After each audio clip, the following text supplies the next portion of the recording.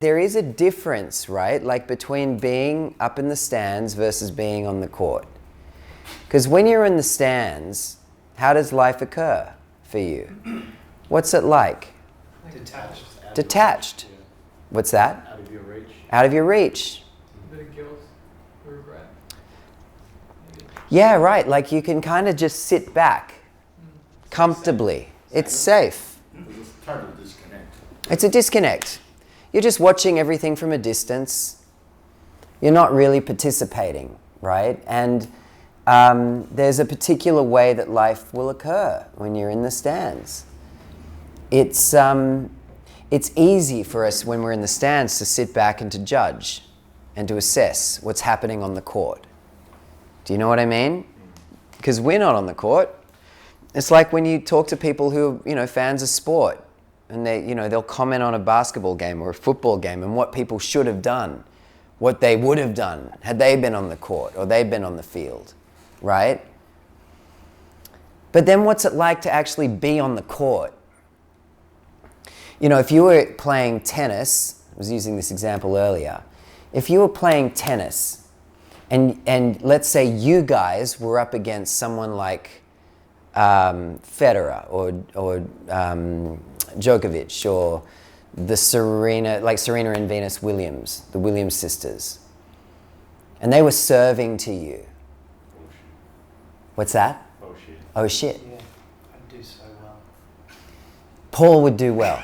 Wes, on the other hand, not so much. So all of a sudden, it would completely change your way of being, wouldn't it? How would you be being if you were up against the Williams sisters? Terrified. You'd be terrified, Yeah. right? You'd be absolutely terrified. That ball would be coming at you at 200 kilometers an hour. Not like the way you were watching the ball flying over the net when you were sitting back in the stands. Does that make sense? Well, you had a whole lot of good ideas of how you'd perform. Of how you would do it, yeah, if you were down there on the court. Better than the person down there, etc. But let's also say that you had practiced being on the court and you became a pro. Then how would the ball come at you? Do you think you'd have the same experience of the ball as you would if you had no experience whatsoever being on the court? It would occur for you differently. Time would occur for you differently. The ball would have a different occurring in how it was coming at you. Does that make sense? On the court is where life happens. And we've got to get ourselves onto the court. I want you guys to just consider, where have you been up in the stands in life? Where have you been sitting back and just observing and watching at a safe distance rather than actually being down in the game? And it could be in your career, it could be in acting, it could be in your lives, in your personal life, it could be at work, it could be in all kinds of different places. Just notice. And what's the impact? What's been the impact of sitting back in the stands? And what can come up when you're on the court is, let's call it your act. It's something that that tends to pop up when you're really up to stuff. And it's the thing that kind of gets in the way when you're up to stuff. In fact, it's often really hard to distinguish it unless you're up to stuff. But when you're up to stuff, it can often become really obvious. It just really sticks out. So it actually came up for me the other day. And I think I made some kind of sound I think I went, oh, kind of thing. And she was like, what's that? What was that? I was like, what do you mean? She's like, what's behind that? Oh. And I said, it's just an I said, that's what it is.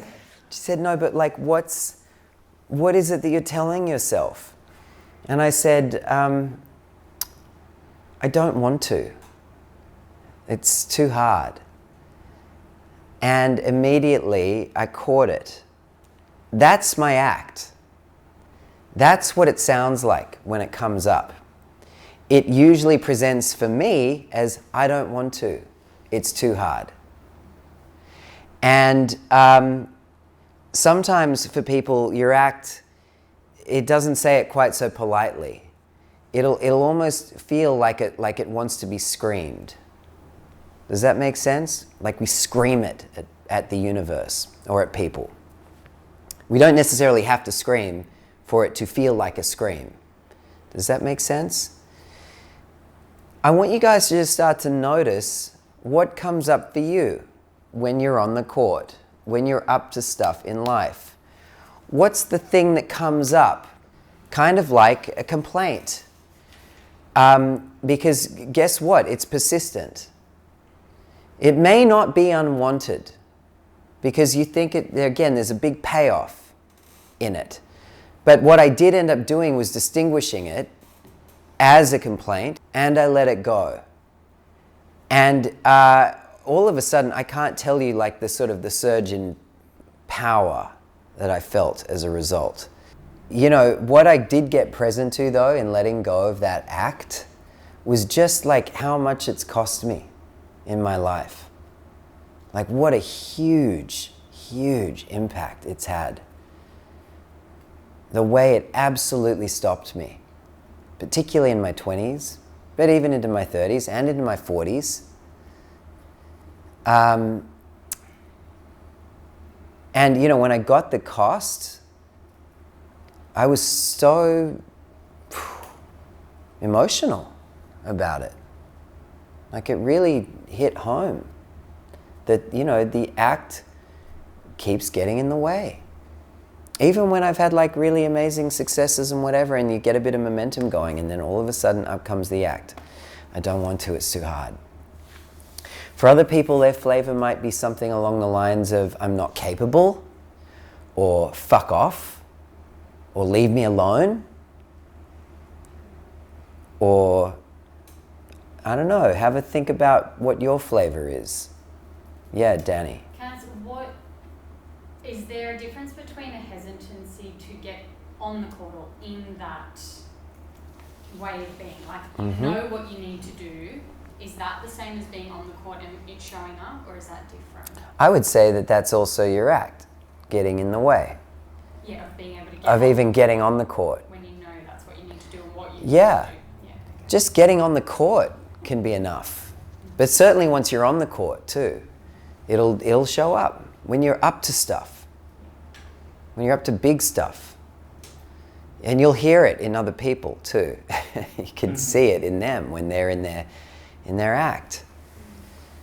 Does that make sense? But in letting it go, there is just a whole world of possibility.